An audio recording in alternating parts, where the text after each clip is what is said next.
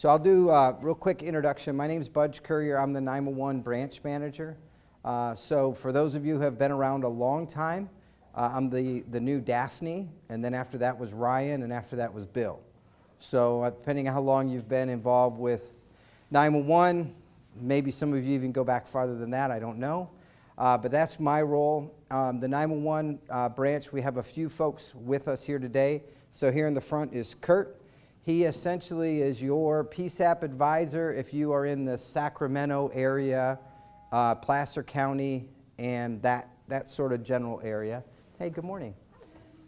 And then in the back we have Yvonne, who pretty much has PSAP advising north and south of those areas. So if you're to the north of Sacramento County or to the south, then she's probably your advisor. If you've come from farther than that, check on our website. We've got a list of who your advisor is. I've also got in the back Andrew, and I'll be talking a little bit more about his role. Some of you may remember him from when he was doing PSAP advising stuff. But his role now is to work with the county coordinators, to work as a liaison for anyone who's considering hosted solution, regionalization, consolidation, all that kind of stuff. And a lot of this next-gen work is some of the stuff that Andrew's doing. And then I've got Philip running a camera. So what we're going to do today is we're going to record this and put it online for anybody who can't make it to one of the meetings. So I'll try not to say something really silly, but that usually doesn't work out too well. We're sending around a sign-in sheet for those that traveled here for reimbursement purposes and other things like that. So feel free to fill that out and get back in touch with our office for those details. I want to thank Jennifer for organizing the room. From Rockland PD, thank you. This is a great venue because I live about 6 miles down the road. So this worked out really well for me, much closer than all the other ones I'm going to be doing, so I appreciate that. We also have an advisory board member in the room. Where are you at, Paul? Right here in the back, as well as Chuck Burdan right here. So they're both on the advisory board. They're also on the long-range planning committee. So those are folks you can go and complain to when we're not doing what we're supposed to do. Is that how it works? No. No? No, they complain to you, bring us the good information. Oh, okay. So complain to me and bring them the good information. But so, we're going to talk a little bit about the governance structure as we move along. So I want this to be as interactive as possible. So please feel free to raise your hand, ask questions. I'll repeat the question and we'll try and get you an answer because I'll talk a little bit more in depth about what the purpose is, but we want this to be as interactive as possible. All right, so with that, I think we'll dive right in. Why are we here today? Well, this is some of the things that we've been talking about in the 911 branch, and I'm going to start with a real quick overview of 911. I'm not going to spend a lot of time on that as it exists today. And then I'm going to talk about why do we even want to think about next-gen 911? Why is that important? What's that mean? I'm going to give an overview of our transition. As I said, it's about a 95-page document, so I'm going to give a real high-level overview. If you have specific questions, I encourage you to please raise your hand. I'll talk about the role of Cal OES and the 911 branch, and then I'll also start talking about some of the things we see that we're going to need help with from the PSAPs, from you guys, essentially. And then we're going to talk about next steps and what this looks like. So that's kind of an overview of the presentation. As I said, it's available on our website. You can download it and print it out, burn it, whatever you need to do. It's there for you. So this is a slide I've been showing for a while. It's stats from 2016. We have about 28.5 million calls a year. 80% of those are wireless. About 16% are wireline. And then we have some smaller percentages below that. This is just important from a sizing perspective. As we look at next gen and we compare California to other states, there are very few other states that provide a good comparison because of our size.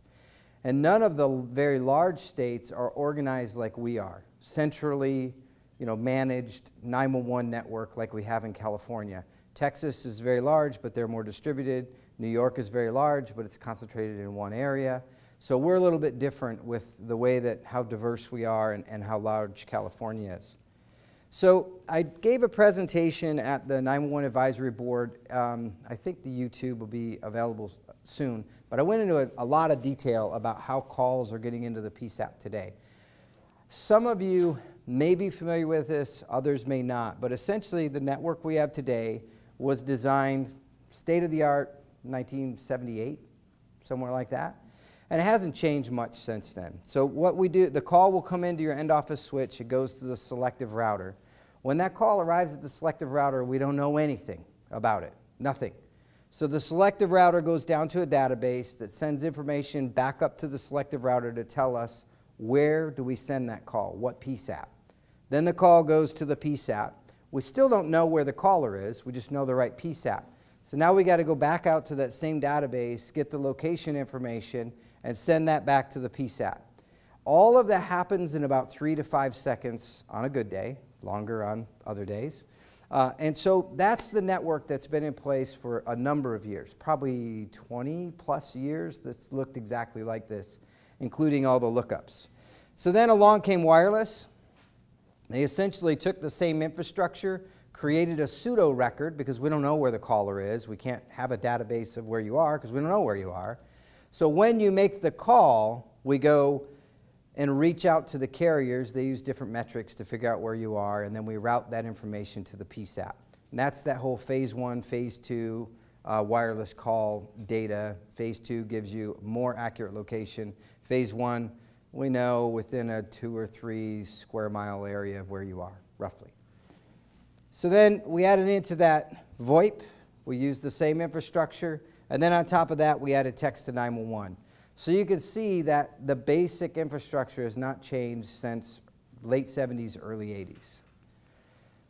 So it definitely supports our needs, limited voice and data, but like the horse and plow up there, it's very efficient, very effective, but is not very modern, not very agile. And some of the newer technologies we have today, we're struggling with in our current infrastructure.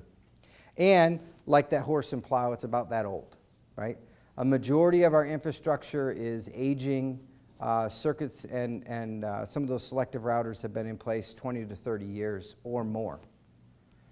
So if you think of this basic architecture, the way to think of next-gen 911 is we're just going to plop down an ESI Net on top of this existing infrastructure, and we're going to replace all those highlighted areas there. So those highlighted areas are what I'm funding today. And you can see from the slide that a majority of my cost, about 31%, goes to maintaining the database, which is the ALI database. So if you think about that, I'm paying 31% of my expenditures go toward figuring out call location for 16% of my calls. So we're hoping to do a little better on that. The CPE equipment is about 30%. And then network and next-gen 911 incorporate about another 25 or so percent. And then you see the breakdown from there. So if we go back to this network and you think of all those legacy circuits that I just described, what next-gen's going to do is it's going to put an IP network over top of all those legacy pieces of equipment and replace them all. That's what will happen with next-gen 911. So for the PSAP, a lot of that is transparent, right? Because we're still going to be delivering the call to the PSAP. It's just that the way we deliver that call will be different than it happens today. And we're going to talk a little bit about what that means. So why do we want to do that? Why do we want to go next gen? Well, first of all, faster call delivery. As I said, it takes 3 to 5 seconds to route that call now. For wireless, it can be even longer, especially if you have to do a second alley dip. You're talking 20, 30 seconds in some cases, depending on the scenario. With the next-gen environment, when we get fully into next-gen, that shouldn't happen. It should take less than 2 seconds to get all that data there once we're fully up and running. So that's a big advantage. Increased routing accuracy. So right now, those legacy databases have some limitations, especially with related to wireless calls. So it's going to allow us to more accurately route the call once it comes into the ESI Net. And I'm going to talk about some detail about how we're going to do that. The other big advantage is we can route the calls to more than one PSAP. So right now, if you have an alt answer set up, you typically have an agreement with one other PSAP. They've got a switch in their back room, you've got a switch in your back room. Something bad happens, you call them, they flip their switch, you flip your switch, and the calls go to that other PSAP.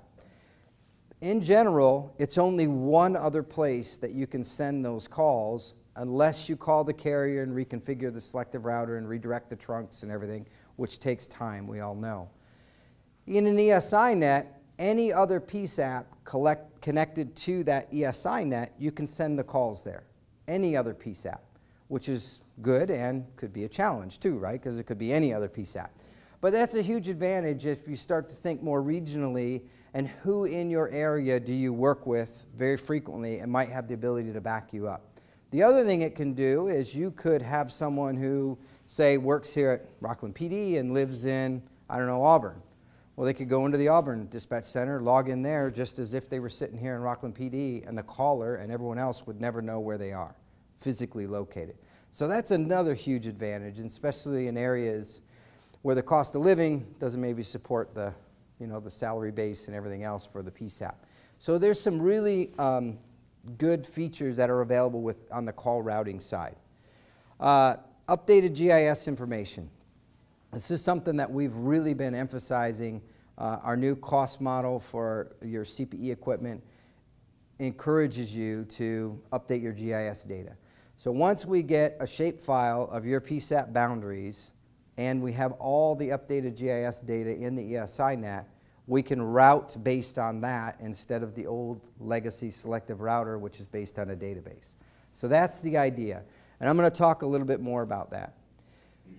When the carriers start sending us location information, right now they send us XY, and you can use an empty field that's available, an alternate field that's available to get the Z location. So in other words, what floor of a building are you in and what room in the building.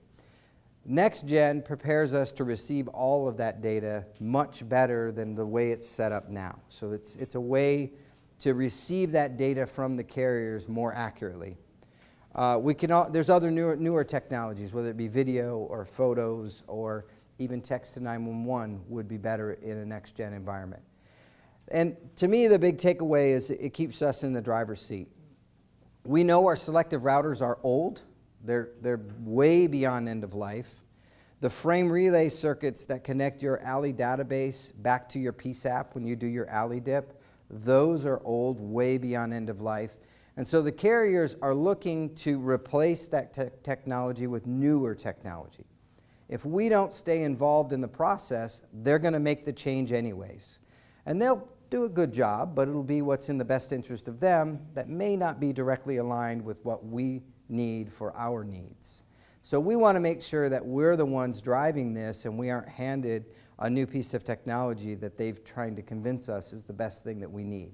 The way to do that, I think, is to keep us in front of it and drive the process so that we get what we really need. And that's the idea. So the next few slides, we're going to start talking about what is next-gen. So this kind of set the foundation, right? So as I think about rolling out next-gen in California, there are 4 big pieces of a puzzle that I have to put together in order to be successful. So the first one of those is technology. Now the good news with the technology is it's been around a while and it's fairly mature. We pretty much know what it is. The NENA I3 standard has been around a while. Some states have fully deployed. Other states are in the process of it, and we have a lot of localized ESI nets that are up and running using this technology. So we know quite a bit about the technology. It's just a matter of mapping our operational needs to that technology. And so that'll be something that we work on. The next piece of the puzzle is collaboration. I know you've been around long enough to receive a really good plan from the state that didn't meet your needs at all. And you're wondering, what is this? We don't want that for next-gen. So that's why we organize these outreach meetings. We want to communicate to you what we're thinking and then hear back from you where we've missed the mark. We also have to have collaboration with the vendors who are going to be supplying the product. So when we release an RFP or some other contract vehicle, we know that they can meet our needs and we're all on the same page. So collaboration is really important. The next piece is funding. Obviously, if I can't pay for it, I can't build it. So funding is important. We're going to talk about that. And finally, procurement. which is one of the more challenging pieces of the puzzle to plug in. And I'm going to talk a little bit about the state procurement cycle and some of the options that we have. So I'm going to move through each of these pieces of the puzzle, and I'll pause as we go along. Hopefully you guys have questions. And we'll start with technology. So this is an overview of Next-Gen 911. So those of you who have seen any kind of IP network maps, you see the servers, you see all the terms up there, that's what this is. This is an IP network that's designed to transmit secure packets across that network in order to deliver 911 calls. That's what we're looking at, right? So there's a few components on here that we'll talk through. So on the left-hand side of that picture, you see that's the interface to the carriers. So the carriers are going to continue to deliver those 911 calls, but instead of delivering them to a selective router, they'll deliver them to our ESI network. All right, so that's how that interface will go from the left-hand side. Once it hits the ESI Net, those 911 system providers, or they're going to be providing what we call core services for Next-Gen 911, they're going to be processing those calls in a Next-Gen environment and then routing those calls to the right PSAP based on various protocols, software programming, and stuff that they do on the network. That's essentially what that's going to look like. So in California, what we plan on doing is building out an ESI Prime Network. Now, as I said, 28.5 million calls. So we're a little different than some other states. In Indiana, they built out, they selected 2 vendors, and they built out these core services for both vendors for the entire state. Now remember, their call volume and their scale is much smaller than ours, so they could afford to do that. The idea was that each of those NG911 core services have 2 physical locations. So if one goes down, the other one picks up the load. And then they went with a second vendor with the exact same setup, 2 core service locations, so one could back the other up. They're all live all the time, so if one vendor goes down, the other one picks up the load. That would be great if we could do that in California, but we can't. Too big, too much money, too complex. Can you imagine all of California on one network? The other thing we're seeing is that the vendors are sizing their NG911 core services based on average busy hour. So they're doing some statistics at a national level, and they're saying, okay, nationally, if we build this thing out, the average call volume per busy hour in the US is such and such. Pick a number. And then they're sizing their core services for a factor bigger than that, 2 times bigger, 3 times bigger, depending on the vendor. So that's a great metric for average busy hour. But what happens when a hurricane hits New Orleans, right? Some major catastrophe hits the East Coast, and something else happens in the center of the country. We have a bright sunny day, nothing's going on in California, and we're impacted because of those shared core services with all those other states. Because most of the vendors are building an NG 911 network, and they're sharing it with all other states. Right now, since not too many states have rolled to Next-Gen, that's not as big as consideration, but I'm concerned with that. I don't think that's a good idea. So in California, I want to use a prime network with 2 cores in California dedicated to California that do not take any call volume from anybody else. The other thing this prime network will do for us is we'll move ALI database into there, system monitoring into there, perhaps Next-Gen text to 911 connections in there. All those individual pieces that you have coming into your PSAP today, we'd like to do through this prime. Then in addition to that, we'll build a regional ESI Net to handle your normal call volume and call routing for your regional PSAPs in that area. That's what we think would work best. I'm fairly certain I can afford it. I've got the numbers up here. So what that means is if your ESI Net, regional ESI Net goes down, the prime backs it up right here in California. Your regional ESI Net might be shared with other states, might not, depending on what vendor we pick for that. I'm going to use multiple vendors for these regional ESI Nets based on a competitive best value bid process, and I'll talk about that when we get to procurement. So any questions on that before I go on? Because that's a lot, I know. You're allowed to ask questions. It's highly encouraged. What do we lose by not being part of the overarching national network in that configuration? So the question was, what do we lose in this configuration if we're not connected into the national network? Well, we will be connected into the national network. I'm going to have to integrate that Prime network into other state ESI nets. So I sit on the CISRIC, which is I don't even know the acronym, I should. It's kind of embarrassing. But I sit on a panel. It's part of the FCC, and it's a group that's been put together to study NG911 best practices. They're also rolling out a plan for the nation to roll out next-gen 911. They've got a fairly aggressive schedule. They say they're going to do it by 2020. I don't think so, but that's what it says. So we'll make sure that this ESI Net Prime is compatible with whatever they come up with nationally, and we interconnect to our neighbors. So we're going to make sure that that happens. So I think the short answer is we're not going to miss out on anything if we design it right. All right, and so our technical specifications and our terms and agreements that are in that, that'll be in that offering for the vendor will cover all of that. Yeah. That's a great question. All right, anyone else? Yes? So the why behind not joining the nationwide network was because you had a concern that any catastrophe or any load on the system nationwide is going to affect California's service delivery, yes? Sort of.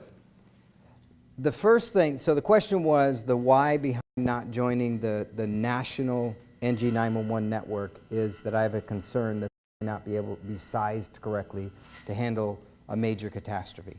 That's true. However, the national NG911 network doesn't exist.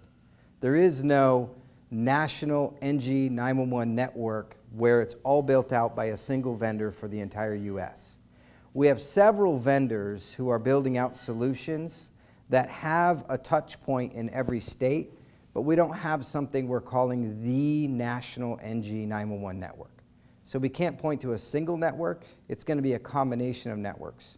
So there are several vendors like AT&T, who's working with West, and Synergym is another company, Comtech, General Dynamics, Airbus. You know, all the big companies are building out national NG911 networks that have separate and distinct core services that will somehow have to be interconnected if we're going to have this true national NG911 network. So don't think of it in terms as one big network all managed by one single entity. It's a standard that's developed by NENA, I3 standard, that all those vendors are following. And if they all follow the letter of the standard, then they'll all be interoperable one with another. And that's the way we're looking at it. So when we design these ESI nets, each ESI net will be able to talk to one another, even though they're with different vendors. And that's the idea. So does that answer your question? Yeah. All right. So, and I mean, anyone who's, you know, that's the way I see it. Maybe I'm missing something, but the national network is more of a concept and less of a physical thing. In the back. Along those lines, just from an end user perspective, if there are these regional ESI nets and the Prime, and we get a call from someone that needs to be transferred out of our region, will we be able to do that utilizing the Prime? Okay, so the question is, if you're sitting on a regional ESI net and you need to transfer a call to another regional ESI net, or even I'll go one step farther, even back into a legacy selective router, will there be that capability? Yes. The NENA I3 standard requires that those calls be transferred from ESI Net to ESI Net. That's part of the standard. We've got it in our terms and conditions. It's in there. We also are requiring the vendor to be able to transfer to a selective router and back, because we know that as we roll this out, you may be in a PSAP when your region goes next gen. The very next city over is in another region. They might still be connected to a selective router. So we know we need to have that ability to transfer back and forth. all of that is built into the network and how we're designing it. Absolutely. It has to be. Yeah. Yes? What are the chances that ESI Net is ever going to go down or have a little interruption in service, and is that going to affect all of California and nobody's going to get their 911? Right, so the question was, what are the chances that this ESI net's going to go down? So really it gets to redundancy and resiliency and how is the network designed. So as I said, each of these ESI nets has 2 data centers or 2 core, NG911 core data centers in physically separate locations. Every PSAP will have a connection from their PSAP to each of those 2 cores. So that's the first piece of redundancy. And then each of those NG911 cores, we have in-rack backup and redundancy. So there's 2 physical pieces of equipment that are always online all the time, and if one of them fails, the other one picks up the load in each of those 2 racks. Then, since I have the prime also connected to that PSAP, if you lose your regional ESI net, the prime will pick up the load in the same exact configuration. I've also, one of the other hats I wear for Cal OES is I'm the one who's working on FirstNet. So I see some in the room were in one of the presentations I gave. So once we make the opt-in, opt-out decision for FirstNet, we're going to have a public safety broadband network available for us over LTE. One of the things I've asked AT&T to look at, and FirstNet, is the ability to provide us an LTE link into our PSAP for backup call volume. Right? So now, if you think of the backhoe coming up to the building, I don't know how many conduits you have into this building, it might take 2 backhoes, but most comm centers are susceptible to a single backhoe because you've got 1 conduit running into the building. So if somebody takes out that conduit, I don't care how robust my ESI net is, you're done. You're out, you're out, no calls. But if I can get an LTE feed in over a priority preemptive LTE feed over FirstNet, then I can route calls to your PSAP over that connection. Right now, the port speed on each of these connections into the PSAP is 10 megabits per second. That's well within what we can do over an LTE connection, especially if we give that PSAP top priority. I couldn't imagine anything higher priority than calls going into the PSAP. So that would be another layer of redundancy we're trying to build into the network. The last one is still in planning. I mean, I've asked if we could get this. So essentially, I'll need 441 of those connections because that's how many PSAPs we have. But we don't think that that per month cost is going to be that much more than what I'm paying now for all the network, right? Just for that LTE feed in. So that's how we'll provide the redundancy in this network, which, if you think about it, is more than you have today. Right? Today, with your camera trunks coming in there, you have 1 set of camera trunks. If something goes down with those, that's it. You're done. We also track outages in the 911 office today, and we're seeing a trend of the ALI database problems are increasing. And that's that frame circuit relay that connects you to that ALI database is old, and we're having some issues with it. So this, this would really, I think, is going to increase our reliability if we go full next gen. There's going to be some bumps on the road. I'm not going to say it's push the button magic kind of stuff, but once it gets fully implemented, I think you're going to see an increase in the resiliency and redundancy and reliability of the network. But that's a great question. Yes? 2 questions. Question number 1 is, so the regional net you're saying will take the initial load, and if it goes down, then it transfers over to Prime. Now, is that if the network goes down, or is that based upon call volume? For example, let's say the original situation you said, that the vendor is so busy with other states that their cloud cores, we'll call it, are too impacted. Will that still fail over to Prime, or is it only if it goes down entirely? No, it would be either of those 2 scenarios. So the question was, will it fail over to Prime only if there's a hard outage on the regional ESI net, or could call volume also be a trigger to go to the Prime? Both. Both would be triggered, and that's the way we would design the network. The other nice thing about NextGen is the system monitoring capability of the network. We will have visibility on real-time statistics on what's happening in the network. So we're even going to be able to see over time how that network is performing, and if it's getting near threshold levels, we can make adjustments at that point. You can add additional capabilities to that core if that core is not sized correctly. Those kind of things we can do, which we cannot do right now. And question number 2 would be, so we're talking about having vendor A, vendor B, plus California, so called vendor C. Is that going to be 3 alley databases that are going to need to be synced and maintained? No, so right now what we're looking at is putting that alley database in the prime, and then all the others would reference back to that. But that's a question I have for the vendors, because that's what I'd like to do. I know the standard supports it. I don't know if there's a willingness there. So there's some questions with that. I've got a few things to work out, but that's what we're thinking right now. Yes? So as we're going to modernize 30-year-old infrastructure and trying to move right up into where we are today, cyber threat is always going to be with us. It may be more difficult now in certain ways because our infrastructure is so old and may not be prone to certain attacks. What sort of strategies or contractual obligations are these networks going to have to implement and maintain the correct cybersecurity? Yeah, so the question is related to cybersecurity. As we build out these new networks, obviously it's an IP network. Cybersecurity is much more of a threat on an IP network than our old traditional circuit-based network. Most of the denial of service attacks we've seen now really take advantage of the fact that our current 911 network works. So you just flood it with calls, and that's how you do denial of service. Once we get an IP network, there could be other cybersecurity issues that come up because it's an IP network. So there is extensive security built into the network. So if you look at this base diagram, those BCF routers that you see there that look like little brick walls, that's part of the security that's built into the i3 standard, and that's what we're relying upon for that. So again, this technology is in place today. The state of Massachusetts is rolling out a statewide system with this. Indiana is doing a statewide. So we see other states rolling out entire states using this network. By the time we roll our, I'll get to that timeline in a minute, I'd say by the time we get ours up and functional, others will have been online for 1 to 3 years, depending on the state. So we'll have some really good lessons learned with that.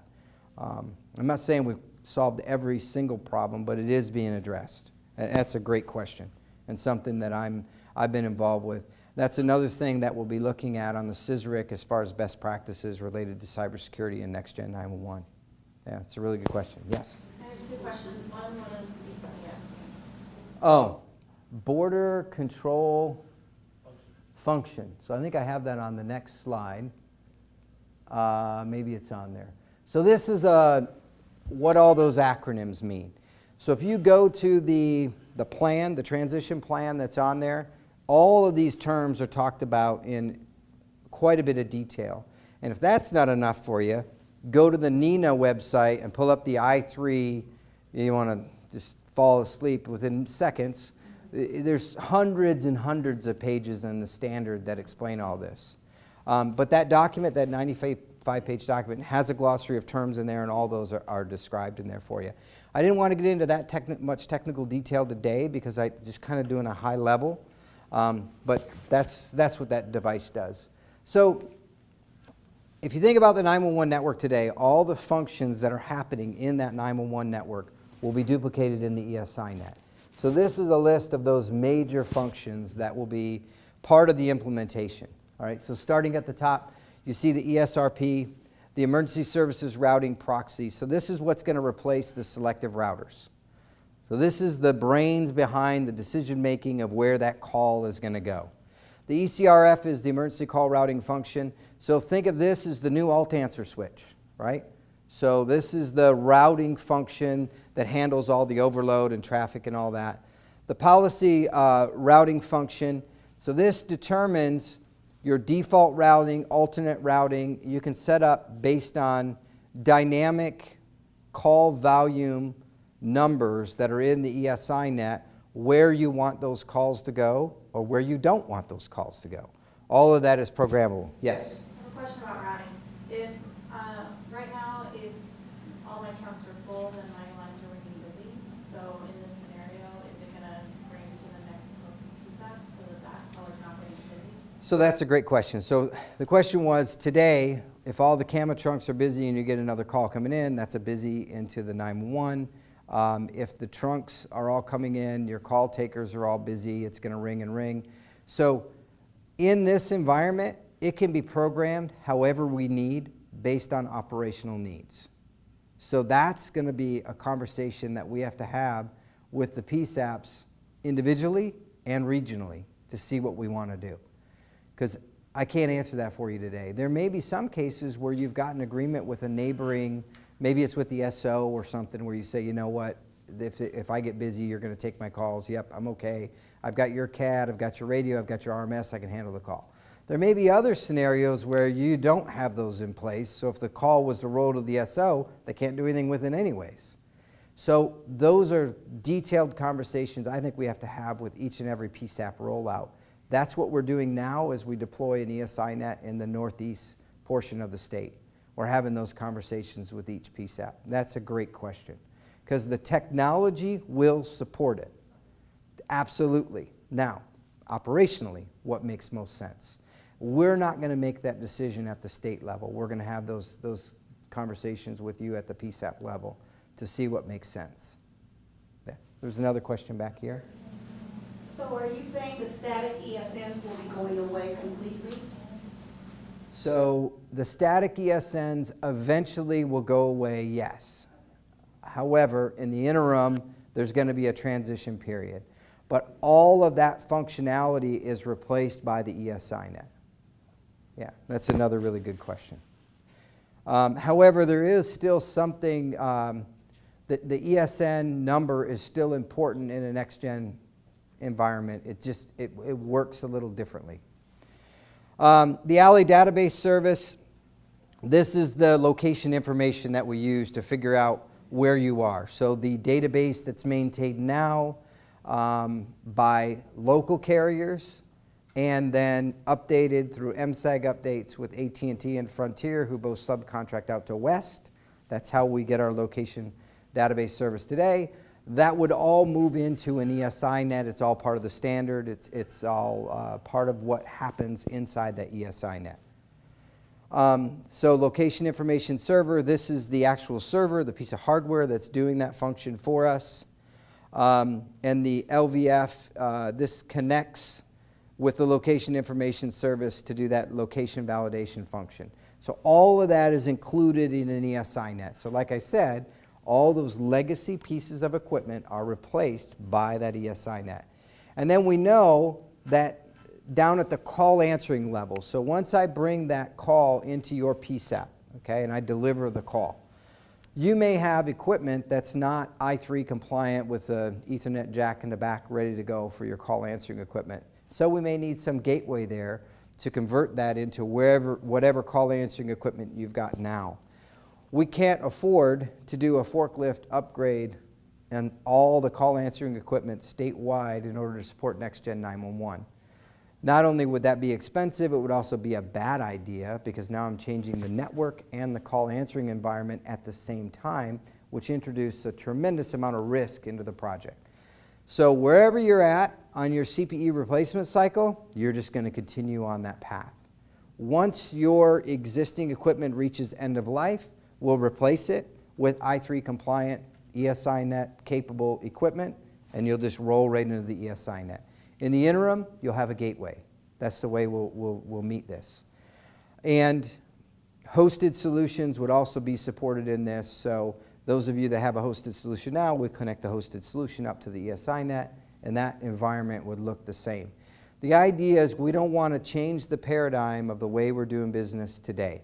It's going to be enough of a challenge to change the network and some of the other physical kind of way the call gets there without changing all the call answering stuff at the same time. So that's how we're approaching this. And the way I look at it is, in the 911 branch, our responsibility is to get the call to the right PSAP. Once it gets to the PSAP, you guys answer the call. It's the exact paradigm we have today, and we want to stick with that same exact scenario. So hopefully that helps you understand the other functions down here at the bottom, the gateway pieces. So any questions on that before we move on? All right. So what we did in the 911 branch, and Andrew was a big part of this, not that I don't want to throw him under the bus because I think he did a great job, but we took a look at call volume, what made sense as far as size of each of these regions based on call volume, and those PSAPs that frequently talk one to another. We thought it'd make sense to put them on the same regional ESI net, and then we tried to align the regional ESI nets with the CHP boundaries for the CHP dispatch center in that area, because we know there's a close interaction there. So the largest one, that top one, we're calling Northern, all right? The reason why it's shaped that way is because CHP is located in Vallejo and they dispatch for the entire Bay Area, so that's why we rolled that up. The next one, and Sacramento and Placer County will be part of that Northern one as well in this scenario. The next one is the Central region, so essentially south of Sacramento all the way down to the Grapevine, I guess you could say. Then we've got two more in the LA area. LAPD or LA City would be one, just because of their call volume and the size and complexity of that network. And then LA County would be another. And then the Southern region, all tied back together with an ESI Net Prime. So you notice on this graphic, I've got technology linked together with collaboration, because the technology would support one statewide network. We think that's a really bad idea. Scare me to death to put all of our calls in one ESI net. So we're trying to break it up into pieces that make sense. This is our first shot at it. So as you look at this, if you're in a PSAP or you've got experience where you think it doesn't make sense, let us know, because we haven't started yet and we can change it. Once we get on down the road, it may be too late to have a good idea. So, now's your chance to chime in. Once I get a procurement underway, it's going to be a little hard to change it. Yes? Does this fall in line with the OES regions? No. At all? Somewhat, yes. We have three regions, coastal, inland, and southern. Those don't map real well to the boundaries that we have set up for PSAPs and the CHP boundaries. So we did look at that. And it just, there's not a real good synergy between those two things. We thought it was better to go with a regional system that supports our exact needs rather than some other system. So yeah, but we get, they do not exactly line up. Yeah. Yeah, and they don't line up with the CHP districts or the CAL FIRE districts or the mutual aid districts or the, the public safety communications regional offices, and yes, we understand that. Yeah. Right here, question. I don't see a problem with this, but I do have a question. If you were to lose one of your ESI networks, it looks like a large portion of the state would suddenly have a blackout. Was there any consideration maybe blending each of the networks across multiple, like instead of having a regional approach, having like every other county be in a different network, so that as counties help each other, if there was a problem, you wouldn't have the whole northern end of the state in a blackout mode. You'd have it kind of regionalized where other counties that are working could support counties that are not. Right, so the question essentially is, because ESI net deployment could be more logical and less physical, I could go every other county and distribute an ESI net across the state so that if we lose that, we don't lose a whole entire chunk of the state, which is a good point. But remember, the prime backs up each region. So if I lose a region, the prime is still online and is connected to every single PSAP. And so that's how we're going to mitigate that. But that's a great question, because we could do that. I mean, remember, it's a logical organization from an IP network perspective. But I'd just also like to add that we've been told that when you transfer calls from ESI Net to ESI Net, it treats it like a brand new call each time it jumps into a new ESI Net. So then you lose that cradle-to-grave reporting if you're bouncing from county to county all the time for calls. So Andrew's point was, when you transfer a call from ESI Net to ESI Net, as it goes into a new ESI Net, it treats it as a brand new call. So if we do that logical separation, then those counties that work closely and transfer calls back and forth, there could be a problem with that. Also from a call loading perspective, you know, that call, if you're backing up someone frequently that's in another ESI net, you're loading down both networks with the same call potentially. So we looked at that as well.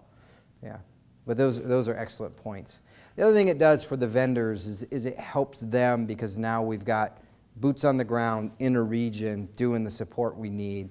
It helps when they go out to wholesale to do their IP infrastructure and backhaul, when they're designing their network.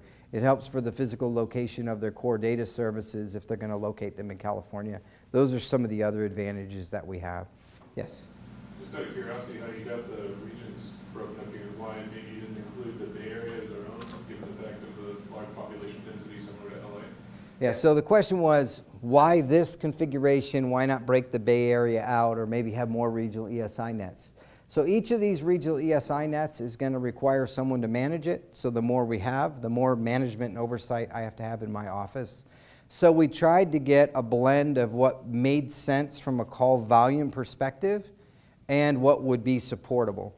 So the next slide, what I've got, this is the call volume and the way it breaks down. So you're right, the northern is the biggest. We originally had 2 of them there, and we combined them together mainly because of the interaction with CHP and the way that they're configured. They're physically, North Bay is where their dispatch center is, but they dispatch for the whole bay. When we met with Marin County, Solano County, Sonoma County, some of those PSAPs, they said, wait, it doesn't make any sense to have us separate from the Bay Area because of the way we interact with them and back one another up. So we went back and redrew the line. It does make that one ESI net quite large, but that's still smaller than some states. As a matter of fact, that one's bigger than almost all states. But so we think it's supportable from the vendor perspective as well, that are rolling out these solutions that support an entire state. So we were trying to find a balance there. And it may be, in the end, we're thinking maybe those 2 center ones might become one as well, depending on how robust the vendor support is and what they do in their build out. Okay, so that remains to be seen. Some of the statistics I've seen where you take average busy hour nationwide and multiply it by 2, we know from ECATS and the statistics that we have in California, that's not going to quite cut it when we have a big incident, especially when you imagine a very large incident like an earthquake or something like that that could hit one of these major metropolitan areas, or a tsunami or something, which we had a warning yesterday, if you weren't aware. It was called off because it was nothing came of it. But something like that, a really large-scale incident, you know those average busy hour numbers mean nothing. Those of you who run your center, that's when an event happens. You know, average busy hour is not so helpful. For day-to-day planning, yeah, it's a great tool. But when something happens, no.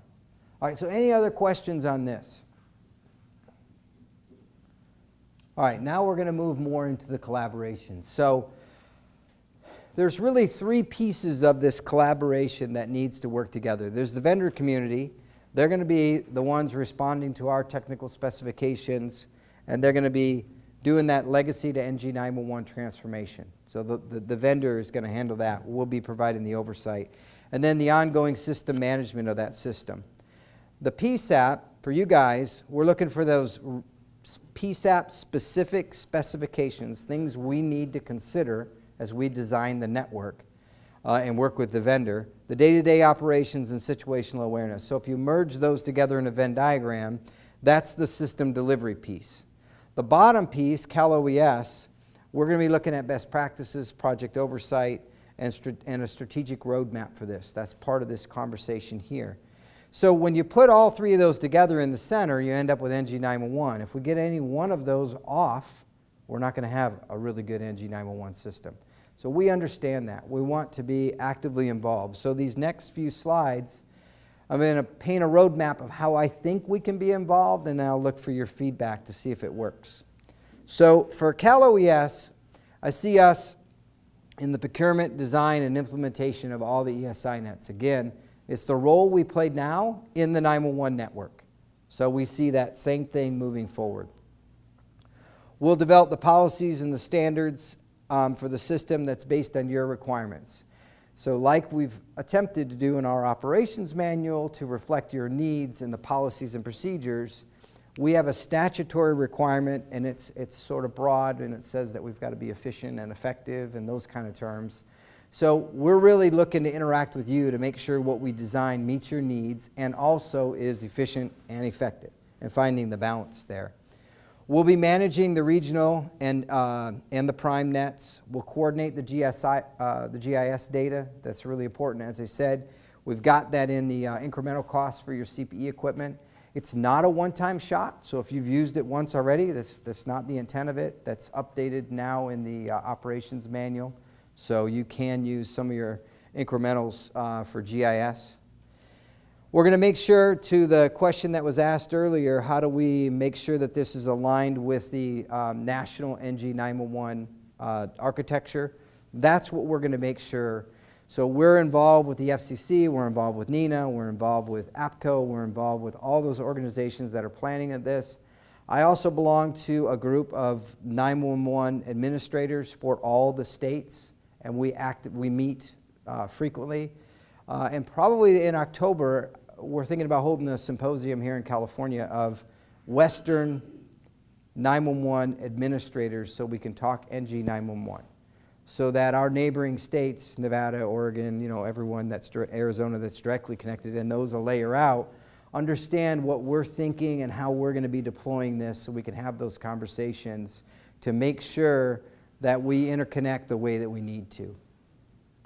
And then we want to establish policies and best practices for NG 911. Again, in order to even move forward, I've already been talking, and members of my team have been talking to other states to say, hey, you've done this. What does it mean? What does it look like? Where are the pitfalls? What do we need to avoid? How do we get the terms and conditions right? Which vendors are performing well? Which vendors need more hand-holding? Just trying to understand the space that's out there. We see us playing that role. For the PSAPs, I said this earlier, we want to try and maintain the current paradigm. Some states, when they rolled out Next Gen 911, they said, okay, we're going to go with 2 different vendors, hosted solution, it's part of the ESI Net. When you want call handling, you pick one of those 2, that's it, end of discussion. We think that's a really bad idea for California. I think that would cause a lot of hate and discontent for really no good reason. So we want to keep this same paradigm.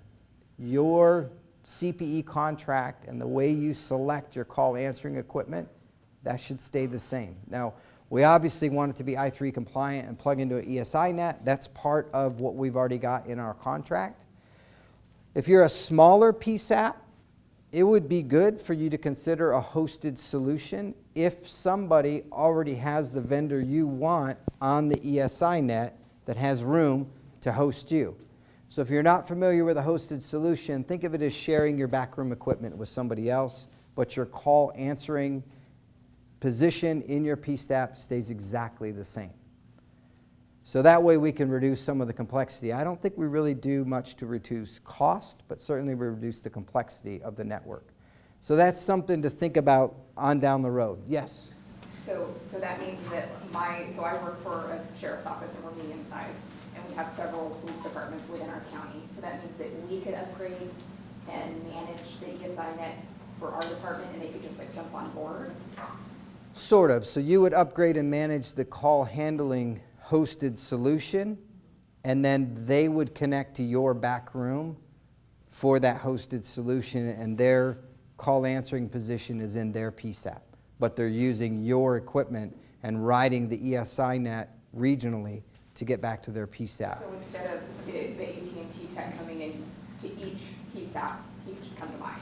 Yes. And do maintenance and... Right, but with a hosted solution, we want 2 physical locations for that host that are diverse and connected to one another. So that's the other thing in a good hosted solution design. So what we've done in the CPE contract and the operations manual, we've got in there this discussion of hosted solution. In the past, we were not reimbursing the network costs. We are now, because we realize if you've got a hosted solution, you have to connect it together via network. So all of that is in the updated cost model for the new CPE contract that's out there. Yeah. And we created a process where if you're going to do a hosted solution, Say there's 6 PSAPs that want to go together on a hosted solution. Well, 2 of them are going to have to house the physical equipment. We'd want you to tell us who they are, so we make sure you've got physical room in the back room and network connections between them. And then one of you will probably serve as the lead for the procurement, right? Because someone's got to buy the whole thing. So you want to make sure that all 6 of you are talking and on the same page as you move through the procurement cycle, so you don't get to the end and you put in this system and then one of the 6 says, nah, I don't want to do that anymore. We're going to say, that's a really good idea, but too late for that good idea. Here's your call answering solution. So we understand, we want to make sure those conversations happen really early in the process so that the PSAPs can make an educated decision. Yeah, so hopefully that answers that question. Okay, in the back, I think there's one. So, talking about the networking and that's the new model, does that include the T1 lines that go in between, so looking at a hosted solution? Yes, yes it would. And we also will talk to you if you've got existing infrastructure in your county or your city that would support that connection that you'd want to use. We're not saying no to that, but we'd want to look at how that network infrastructure is designed to make sure it supports NG911 or 911. We've seen some networks that say, yeah, we've got a network, it's good to go, and we look at it and we're like, no, not so much. So, but yes, the T1 connections and in between the 2 hosts we would support, absolutely. Did you say that's available now, or is that? So if you're going to procure CPE now that's a hosted solution, yes, it's available, all right? I know there's some out there that are already in existence. We haven't talked. I don't want to get in trouble about what we're going to support for something that might already be in, but talk to us, all right? Just talk to us. We'll figure something out. I know you said the national timeline for getting next gen 911 online was, I believe, 2020. What's the state's timeline look like? So I've got a slide on that. If all 4 puzzle pieces are in place, that's a huge if, right? If technology is solid, I've got good collaboration and feedback, I know where I'm headed, I've got funding, and I've got procurement, we'll be fully next gen by 2023. Okay, that's like 6 ifs, and I've got a slide on it, so we'll see, all right? But that's a great question. So again, most of this slide talks about feedback. We want to know how this network is working. We want collaboration. We want feedback. We want you to talk to us. So as an ESI Net goes in, we want to hear about your experience. Your experience will help drive the terms and conditions that we have in future contracts and our interaction with the vendor and making sure that they're doing what they need to. So it's just going to be an interactive process between us and you. One of the big things I'm pushing for right now, I'm sure some of you have received those very generic messages. There's a problem somewhere that might be affecting your 911 calls, maybe. What good is that? Right? I mean, that's, no, unacceptable. So that's being addressed both in California and nationally, but the ESI Net is really going to help us solve that. It can tell us number of calls into that network from a particular carrier and track if there's a drop or not. That's really the only way you're going to know if you're not getting a mobile call. I mean, if you're not getting a call into your 911 center from a wireless carrier, how are you going to know? You might see a little dip, but that could just be a slow day. How do you know it's a problem?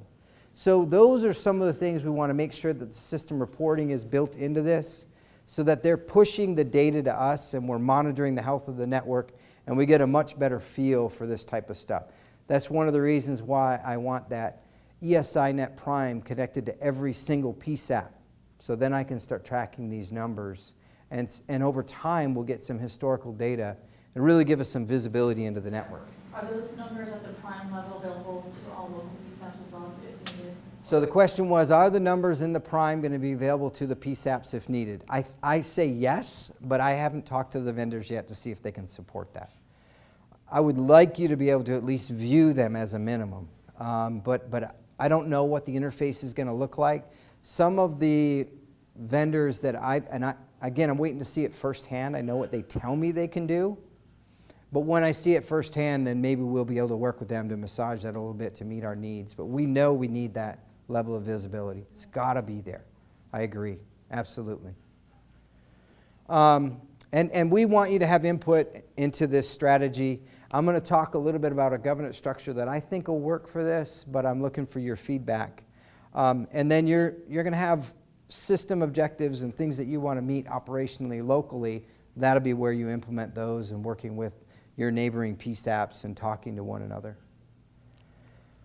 So in order to do this, if we have a regional ESI net, right now I've got county coordinators, an amazing resource to me. I have the long-range planning committee that reports to the advisory board, and I have a working group. All of those are either statewide or county. Well, regionally combines multiple counties together. So I think we're going to need some type of a regional task force in each of these regions where we get the county coordinators certainly should be part of this process, but some PSAPs who may not be a county coordinator but are either have the IT background or the interest in this network to participate in the task force. So I'm looking for volunteers for that, those that would coordinate region-specific communications, have those conversations regionally. Obviously, the 911 branch would be part of that. I'll talk about the structure we're going to put in place to support that. And then each individual PSAP obviously is part of some region, so you would be involved in the process at some point. That's how I see this rolling out. Am I going to have funding in place to support these regional PSAP task force? I don't know, maybe. I mean, it depends on how much the need is, what it looks like, what the function is. In the big picture, my operating budget each year is about $100 million. This would not be a big ticket item, I know that, to support this type of regional task force. But I don't know what it looks like yet.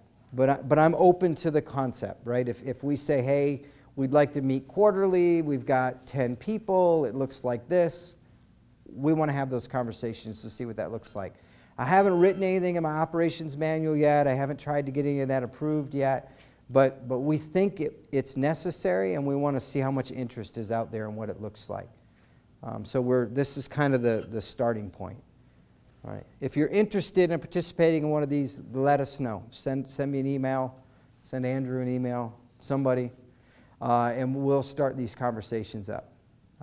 But again, I don't have it in my operations manual yet.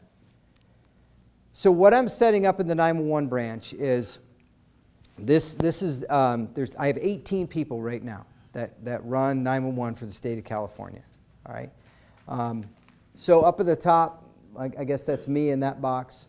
Over on the left there is the 911 advisors. There's 2 of them in the room. They both report to Alicia Fuller. You've probably heard her name before. And so their function will remain the same. They're going to help you through the call answering piece. We don't see that changing. So we see that staying essentially exactly the way it is, at least for the next several years, and maybe ongoing. The pieces that are going to change are more in this technology division. So right now the technology group I have manages the legacy infrastructure, I guess you could say. They interact with the wireless carriers and the wireless routing project. They're doing text to 911. They're managing the alley database stuff. That's the piece of the equation they have today. We see that's going to have to grow. And the way it'll happen is we're going to have a regional 911 coordinator. That might be Andrew. For now it is Andrew, but we'll see what that looks like. He's going to be working with the county coordinators. He already does that, so it's a good fit. The PSAP working group, that's that regional task force group that I see being part of this equation. That would be someone he works with. And then he's going to have to be talking to the Next Gen 911 implementation team, which would be a project management oversight type group in that technology division that is managing the vendor that's building out the ESI Net. That's how that will look. Once it's up and running, it goes into system management. So once I've got an ESI Net up and running, there'll be someone to monitor that network and the health of the network and to track it. It's something we don't do today because our circuits are static and they don't change much. We do track outages and outage reporting and trends analysis. We're doing all that now.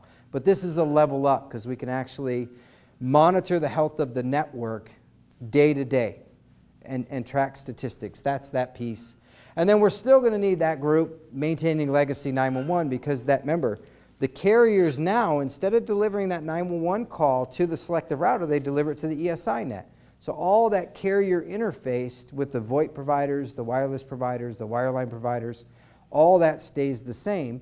So I still need that level of interaction with them. So that's how we're broke down. And then obviously we've got the 911 Advisory Board, the Long Range Planning Committee, and the working group. We'll be working with them. They answer all my hard questions and help me out tremendously. I definitely appreciate it. And then you see the vendors up there. They're part of this process too. I'll be meeting with them in August to describe our plan. They'll probably watch this video and freak out with some of the things I said.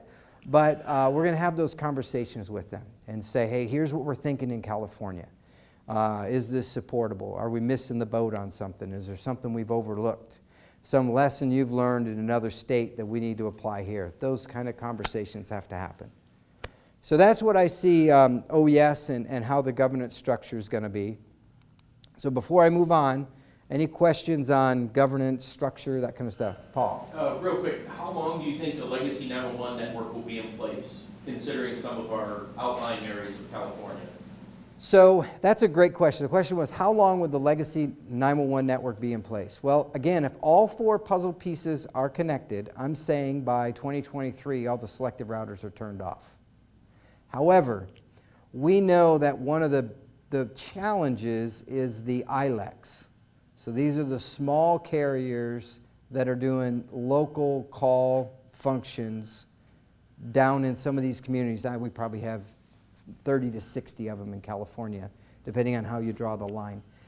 So I'm going to have a meeting with them. Do you remember the date of that, Andrew? August something. I said it, or maybe it was September. It was September. I'm going to have a meeting with them in September with the ILECs, because that's what we're learning from other states. Those smaller carriers and their ability to connect to an ESI net, there's some challenges there. So we want to make sure we meet with them so that we can meet these timelines, because that portion of the legacy network, we found in other states, they had to keep the selective router up just so that smaller telco could use the selective router to route their calls. We're trying to avoid that. So I'm going to have those conversations in September, but again, if all that works out, then 2023, the legacy network's gone. Pretty aggressive, I think, but that's what we're looking at. And there's a lot of what ifs in there, about 20 or 30 of them. All right, funding. How am I going to pay for this? So I've been providing a lot of detail at the 911 advisory boards on where we're at for funding and the health of the CETNA. We all know that CETNA, the state emergency telephone numbering account, is declining. So the revenue stream is going down primarily because the amount of revenue associated to wireless intrastate calls is going down.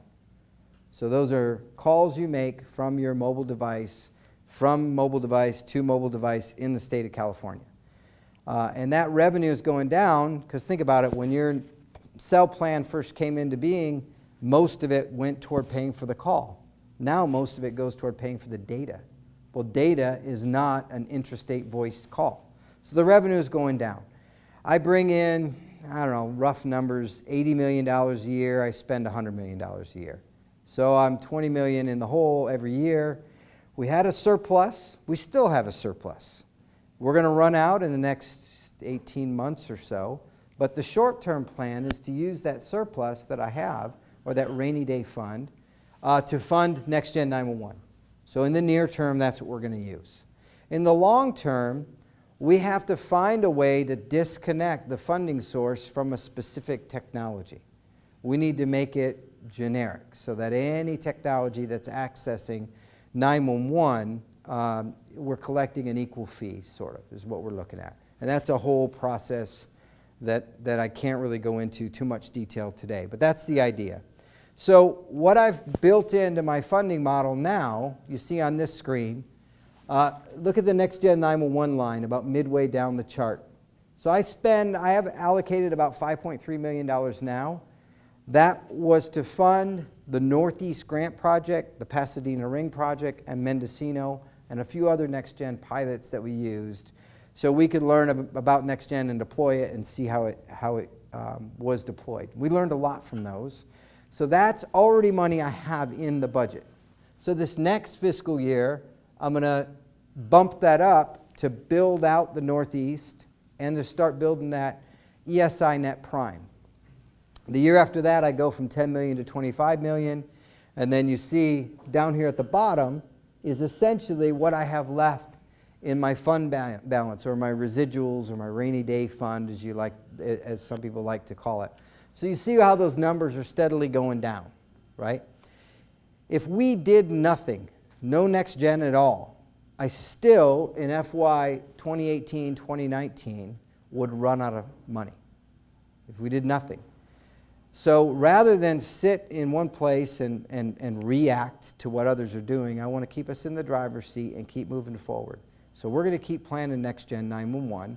And then with that negative $45 million, we'll be talking to my leadership to figure out a way to solve that problem, right? So that's what it looks like in the near term. And then after that, hopefully my funding mechanism is shored up and we've got enough money to fund this going forward. How much is it going to cost? Well, as I said today, my network costs about $100 million a year. It's about 102. However, when large agencies like LAPD or CHP replace large centers, that number can go up to 110, 113 million, and then it goes back down and kind of a little cyclical depending on which PSAPs are replacing their equipment. So if you see, when I get to steady state with Next Gen, I'm at 147 million a year. I think that number is a little high, but we'll wait and see. It's a little bit challenging to figure out the cost savings analysis of your legacy network and replacing it with Next Gen. We think this is a pretty close number. So for planning purposes, this is what we're using. It's going to cost about $150 million a year to do Next Gen once we get fully deployed. Originally, these numbers were much higher than that. So these are based on some contracts that are out nationwide and here in California, and then taking our call volume, number of PSAPs, number of selective routers, all those into consideration. This is the number we have for planning purposes. So 2023, legacy is going to go away, and that would knock off another 50? No. No, legacy in this, is that legacy chart, that's your call answering equipment, right? So that's that piece, that's call answering and the other components of the network that don't change, even when we go Next Gen. Yeah, that's an excellent question. We didn't want to double count call answering equipment. Some of the earlier calculations assumed we were going to do a forklift upgrade on all of our call answering equipment, and they rolled that into the cost. We're not going to do that. We just don't think that makes sense. I'm sorry, that call answering equipment remains the same, but how does it decrease from 104 million to 50 million over 5 years? So the top number is what it costs me now to run my network, about 104 million, right? That includes legacy alley database, selective routers, camera trunks, alt answer trunks, frame relay circuits into the PSAP, the connections I'm paying for ECATs, text to 911, all those are in that 104 million. That's what I pay today. As I stand up an ESI Net, some of those services are supported by the ESI Net, so I move those costs from the way I'm paying for now into the ESI Net, and the vendor provides those services through the ESI Net. So there's kind of a little bit of a shell game here, and it's, trust me, to get to this point where I could show a graphic and have some amount of confidence that these are realistic numbers, it took many weeks of work. But yeah, so, and these are estimates. These are estimates, but I think they're pretty close. All right. Okay, procurement. This is one of the more challenging pieces of the puzzle. So let's say I have 5 regional ESI nets and a prime. That's 6 ESI nets I need to build. All right. And if I say go today and work with Department of Technology, it takes me 2 years to get a contract in place and get my vendor on board. Okay, that's state process. It is what it is. They say they can do it faster, but I think 2 years is pretty realistic. It takes about 18 months, a year really, but realistically 18 months to build an ESI net. Okay, so now if you start doing the math, and I have enough staff to do a couple of these at once, I'm in perpetual procurement, right? Because if it's a 5 to 7 year contract vehicle, by the time I finish the first procurement and get it deployed and in, and now it's burned in for 5 to 7 years, I have to turn around and go out to bid again. And here's the big kicker. When I go out to bid again, there's no guarantee that that same vendor will win, right? They could not submit, for one. They could mess something up, miss a date. They could mess up their pricing, not be best value. And so now you've got a working ESI net from a vendor you like that's been providing excellent service for 5 to 7 years, well, probably more, 5 to 7 years. Have to rip it all out, put in a new one. That's the current contract that I have in place today. That's how it works. I think that's a really bad idea, so we're looking for other ways to do this, because that's not the way I want to do it. Other states that only have one ESI net, it's a little different for them, right? They get to the end and they rebid, and if it's a different vendor, there's risk there, but it's not like us, because we're always in that cycle. So what are some other options? Well, I could do a contract vehicle that allows me to transition services from one contract to another. So think CalNet, right? That type of service. Where you go out to CalNet, get a service, and then provided that vendor gets on the next version of CalNet, you just keep rolling the service and moving on along. That would be an option. A national procurement vehicle like WISCA or NASBO, depending on how familiar you are with that. Or maybe some other state might have a contract we could procure off of. The problem with those is I don't set the terms and conditions. So that's probably not a good solution. The other option is tariff. Today, the network is paid for off a tariff. Those tariffs, some of them have been in place for decades. So if I want camera trunks, I just go get a camera trunk. There's no process. I just go order one. And the vendor puts it in depending on what service area you're in, whether it's AT&T or Frontier. So that would be another option, but that would be regulating IP services through the California Public Utilities Commission, right? And that's a whole nother process. So I don't really know which way this is going to go, but it's probably going to either be tariff or that reoccurring contract vehicle. So in the near term, I've got a next-gen IFB out there with 7 vendors on it. So the way that works is I put out a request for offers. Those 7 can respond. I do best value. I pick one. They build my ESI net. That's what we're doing now. So we're going to keep doing that. If a tariff is used and they respond to the tariff, I can just roll those services straight into the tariff and not have to rip anything out. If a CalNet-like contract is in place and that vendor gets on that contract, I roll the services right to that CalNet-like contract, and again, I don't have to rip out the ESI net. So I don't want to wait the 2 to 3 years it will take to either get a tariff or a contract in place. So I'm building it now on this current contract, and I'm going to talk to the vendors and say, hey, look, we're going to go one of 2 ways. If you want to be in this game, you're going to have to get on this contract, or you're going to have to submit a tariff, whichever way we go. It's probably going to be a contract, but I don't know yet. I'm waiting to hear conversations with my leadership and executive. But I don't want to wait is the point. So we're building them out now on our current contract, and we'll transition to these others in the long term. And the idea would be if we do go with a CalNet-like contract, we'd put all 911 services on there. CPE, text to 911, everything would be on that, so that we would roll from one to the other, just like we can do now with IP services that we procure, T1s and stuff like that we get off of CalNet. So that's how I'm looking at solving the procurement piece. Questions on that?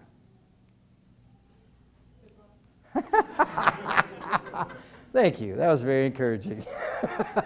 All right, so what does it look like?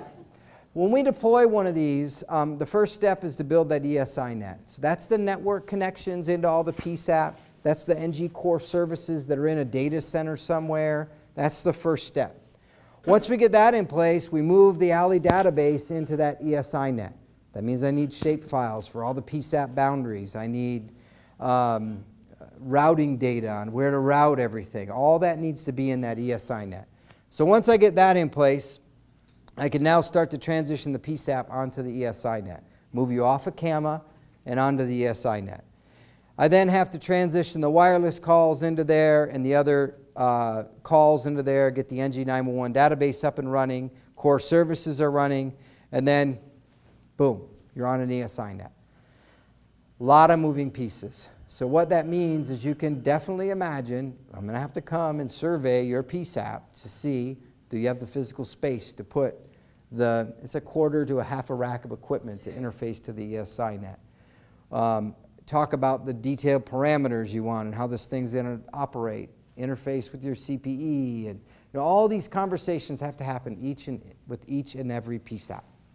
We're doing it now in the Northeast, and we're going to do it 441 times, because that's how many PSAPs I have, right? So this is the process. If we look at it on a timeline, and the way this transition works, if you see that blue line up there that says ESI Net, this is just one ESI Net deployment. We would stagger multiple through this process, in our case 6, a prime and 5 regionals, all right? So if we follow this process, what it looks like is, right now in the Northeast, on my current contract, it was on CalNet 2. CalNet 2 expires in January. I had to move it to a new contract vehicle. That's why I'm building it out now. There's 36 or 35, 36 PSAPs in the Northeast that are going to be on an ESI Net, and the ESI Net will start routing AT&T Mobility and Verizon Wireless calls first, and then we can add additional services.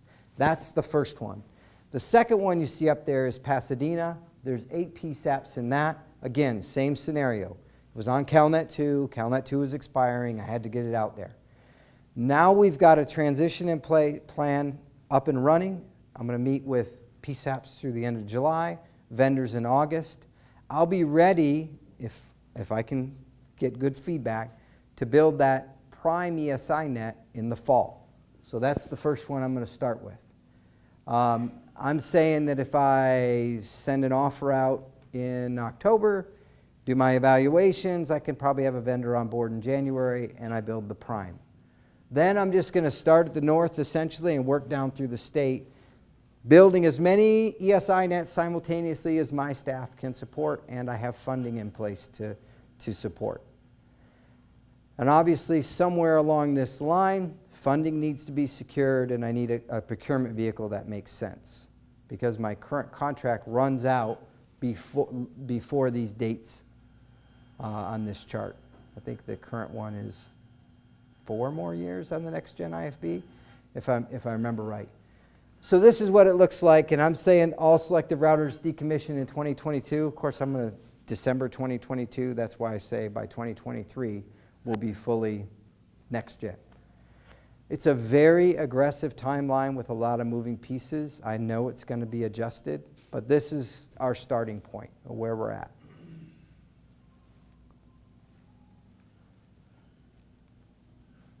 All right, so some things to think about with next gen. If you read the standard, true next gen 911 not only addresses call routing, but it addresses everything else in your PSAP. So it addresses CAD, CPE, RMS, radio. All those pieces are routed through the ESI Net. Now in California, our current statutory requirement and our government code that supports SETNA only allows me to spend money on 911 call routing. So my ESI Net, if I build it, I can only route calls across it. So we see a little bit of a shift here in once I get an ESI Net. If you're thinking regionally and you've got a shared CAD, shared RMS, shared radio system, which some of you in the room have, and I've got an IP connection to the next PSAP that's an ESI Net and is robust enough to do mission critical voice and support all this other stuff, you can't send it across there because I can't pay for it. So we see at some point there's going to have to be some consideration for this. I know it's coming, but I can't address it all right now. I wouldn't get approval. So if you're thinking along these lines, you're right, keep thinking that way. Keep thinking about shared CAD, shared RMS, shared radio systems, because that gives you a lot more flexibility in your PSAP. If you do send that call to another PSAP, they can actually process the call, which is preferred, I would think, in a real busy time, or in the event you have to evacuate. Not that we ever shut down 4 centers in a geographic area in an hour, like we did in Orville. right? And those calls had to go somewhere. So they weren't really thinking about this type of thing, but now that we've seen these scenarios unfold, in a true next-gen environment, this is really the capability that we should be working toward. So all these things are supported. When we fully deploy GIS, it's going to have a lot of benefit for us. So I'm encouraging you to reach out to us at the state and see what we can do to help you get there. At a minimum, I need a deconflicted shapefile of your PSAP boundaries that I can lay next to all the other PSAPs in the area so I can do call routing. Now, originally we thought that the vendor community was going to give us a lot of pushback on this because it's a heavy lift to do this type of GIS overlay and all that information. But what we're finding is that because of the increased accuracy of routing based on GIS data and an ESI Net, the vendors are showing a lot of willingness to work with us to get these GIS layers in place, which is really good news for us. Originally, we thought we couldn't even take the first step until we had done all that effort, but that's not the case. We're seeing their willingness to work with us. It reduces their risk because it increases call routing accuracy, which is what they're all about, right? So this is really important for us to think about. If you have not started building GIS layers, please reach out to us so that we can help you take steps forward on that path. Procedure versus technology. As I said, this next-gen technology is going to allow you to route your calls to any PSAP that's on an ESI Net. So once we're fully deployed, you can route your 911 calls to any PSAP in the state of California. Now, if you're CAL FIRE, that's really good news, right? Because you can use, one center in one area that's busy, can route to another, it's all the same. But for other PSAPs, that could be a little scary. Wait a minute, I don't want anybody to answer my 911 calls. But try not to set procedure that limits the technology's capability. Try and really look at what the technology can do for you and match those with your operational needs. And that's going to be a case-by-case basis. Really, the things that we've been limited by up to this point, those barriers are taken off with NextGen. So just think about that and what that means for your PSAP. So don't limit technology with your existing procedures. Try and figure out a way to make those things work together. All right, the last thing I'm going to end with is our outreach schedule. So today is the 18th. I'm in Sacramento. This Thursday I'm up in Redding. Friday I'm in San Luis. The next week we're down in the southern portion of the state. So if there are those that that couldn't be here today and they can make one of these meetings, they're welcome.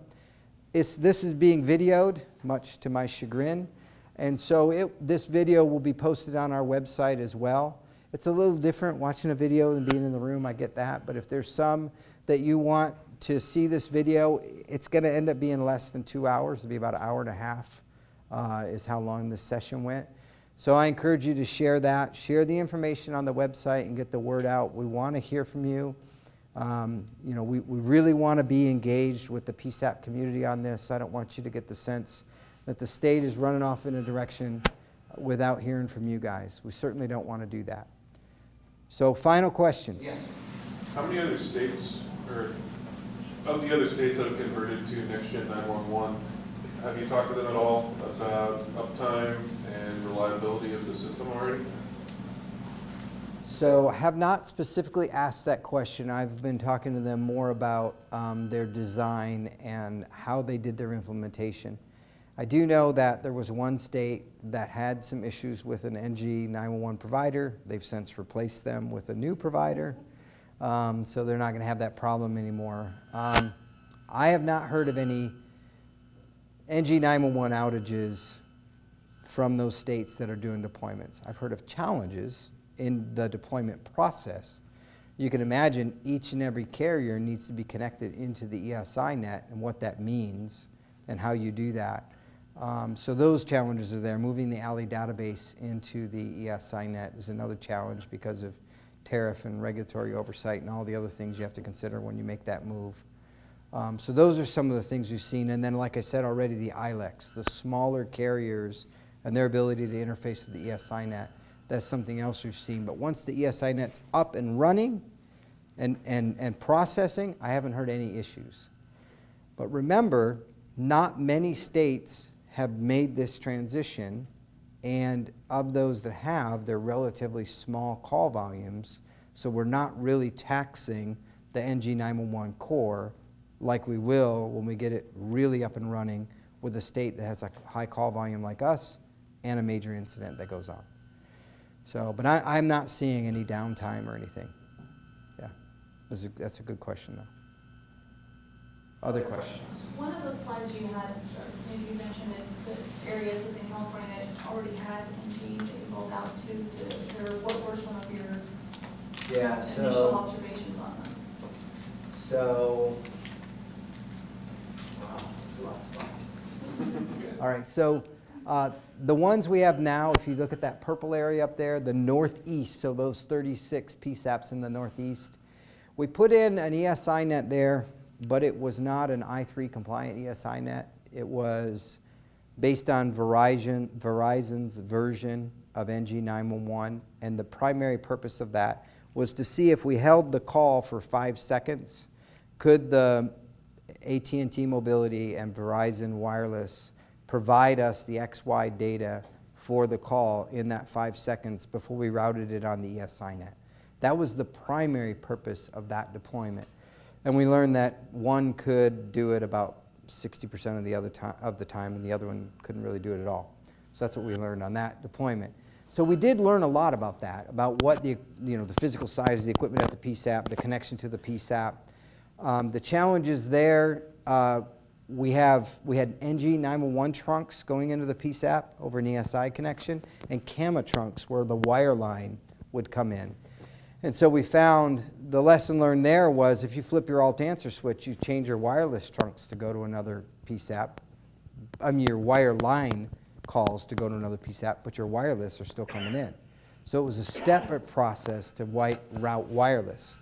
But what we learned was the process of flipping the alt answer switch is way different, and some vendors had you call in to a hotline or some kind of service center to do that transition. We learned that was a really bad idea, because working through the procedures of validating who you are and the fact that the other one's ready, and how do you do that, and an hour later, you're like, okay, forget it. It's over, I'm back up, never mind.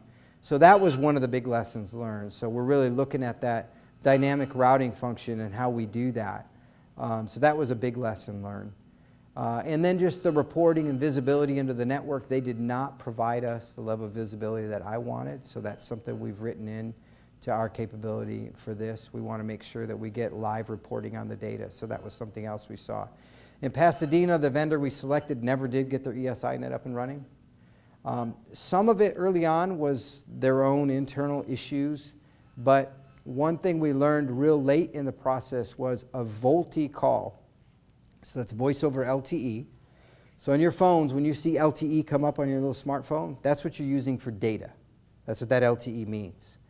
Your voice call, in some cases, is still using the old legacy 3G CDMA technology for your voice call. Your phone, or really more importantly, the carrier in that area, makes the decision if your voice is going over LTE or going over legacy. You don't make that decision. A VoLTE call into an ESI net, it was not receiving the same answer that it got from a selective router. So that introduced a whole nother can of worms that we had to work through on timeout timers and how to route them and all that. So it's something that we're watching. We also don't know definitively where VoLTE is rolled out in the state of California for each carrier. But you guys are pushing the technology then to a whole nother level. Absolutely. That's Yeah. Yeah. Well, and this is something else that I say in the office when I talk to my team. I know about this much about NG911. I mean, we're just learning. But when we go to other states, we find like, oh man, as little as we know, they know even less, because they're a lot smaller and the scalability is so different. When we start talking about all these challenges, that we have to face, they're in a different place. And so, you know, we're learning that. Like in Colorado, for example, they have one carrier and that provides all their 911 call routing. One, only one. And they've submitted a tariff to move NG911 into the tariff environment. It's out on their website right now. Well, that would be great if that was our scenario here, but it's not. You know, so when I talk to them about some of these challenges, they're like, oh, yeah, we don't have to worry about that. Well, man, I do. So those are some of the things. So that's why this collaboration is so important, to have these conversations. So, you know, someone will watch this tape and they'll call me, Bud, you got that all wrong. Well, good. Tell me. What did I miss? I need to know. We got to figure this out. All right. Other questions? All right. So thank you. It's been 2 hours. You've sat here listening to me. I'm impressed. I don't know if I could sit and listen to me for 2 hours. So thank you for your time. Hopefully you filled out the sheet. And we'll stick around if you want to come ask additional questions. Thank you very much. And thank you for hosting. All right.